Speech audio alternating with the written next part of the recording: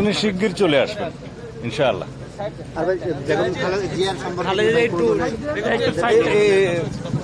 ম্যাডামের স্বাস্থ্যের অবস্থা সম্পর্কে যাবতীয় যা কিছু ইনফরমেশন বা তথ্য আছে ডক্টর জাহিদ সাহেবের কাছে উনি বলবেন।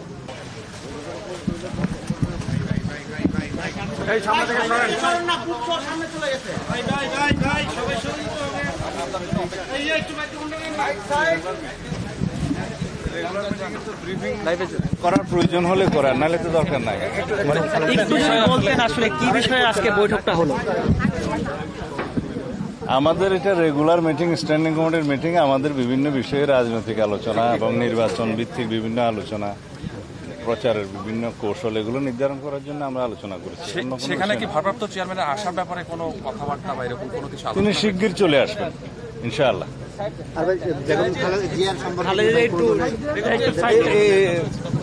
ম্যাডামের স্বাস্থ্যের অবস্থা সম্পর্কে যাবতীয় যা কিছু ইনফরমেশন বা তথ্য আছে ডক্টর জাহিদ সাহেবের কাছে উনি বলবেন। সব